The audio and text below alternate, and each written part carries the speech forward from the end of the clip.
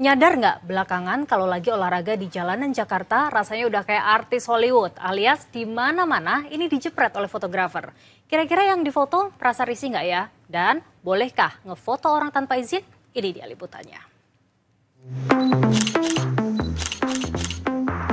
Ada yang jogging, jepret. Ada yang jalan santai, jepret lagi.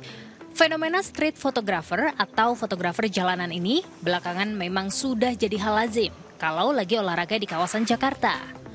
Fotografer yang hobi ngefotoin orang lari kerap ditemui di jalanan Jakarta yang biasa dijadikan lintasan lari pagi. Salah satunya di sepanjang Jalan Jenderal Sudirman MH Tamrin.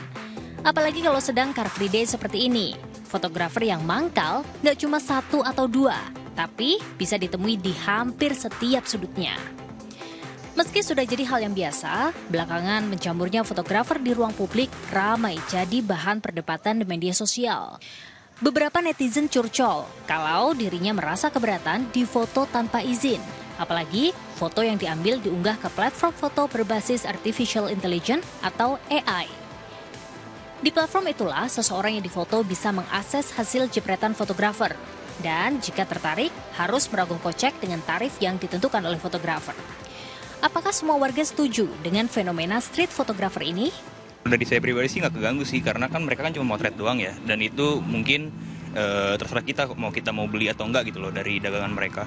Kalau aku sendiri enggak ya, tapi mungkin kalau orang-orang yang udah rame berjejer gitu kadang risih. Iya betul.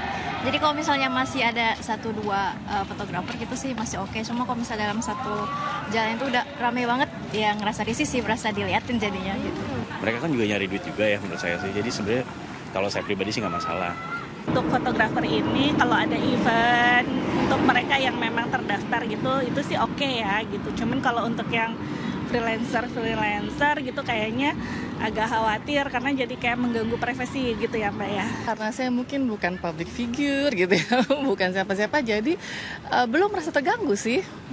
Dan saya lihat belakangan ini juga kayaknya, saya lihat ya belakangan mungkin karena sudah menjadi polemik.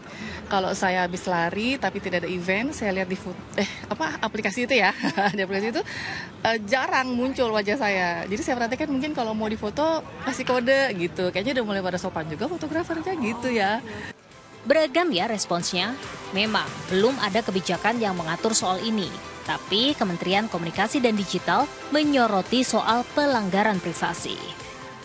Kita di beberapa negara yang sudah maju, kita mengambil foto orang aja harus ada permisinya, gitu ya. Nah ini bagaimana dengan kita, ini terkait dengan budaya dan etika. Kita mengambil foto orang, harusnya ada permission.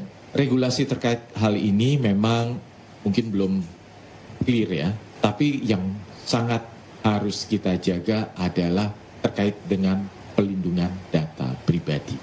Kalau sudah begini, para fotografer dan pemerintah perlu duduk bersama untuk menyusun kebijakan atau pedoman etik memotret di jalan. Oke, ternyata setelah ngobrol langsung dengan publik, ada yang setuju dan tidak setuju dengan fenomena motret-memotret di ruang publik. Yang setuju sih menganggap hal ini nggak masalah karena bisa jadi konten di media sosial. Sementara untuk yang kontra atau tidak setuju menganggap risih dan bisa berpotensi untuk mengganggu ruang privasi dan fotonya bisa jadi disalahgunakan. Nah, kalau Anda tim yang mana? Setuju atau nggak setuju? Dari Jakarta, Michela Winda dan Gilang Robi melaporkan.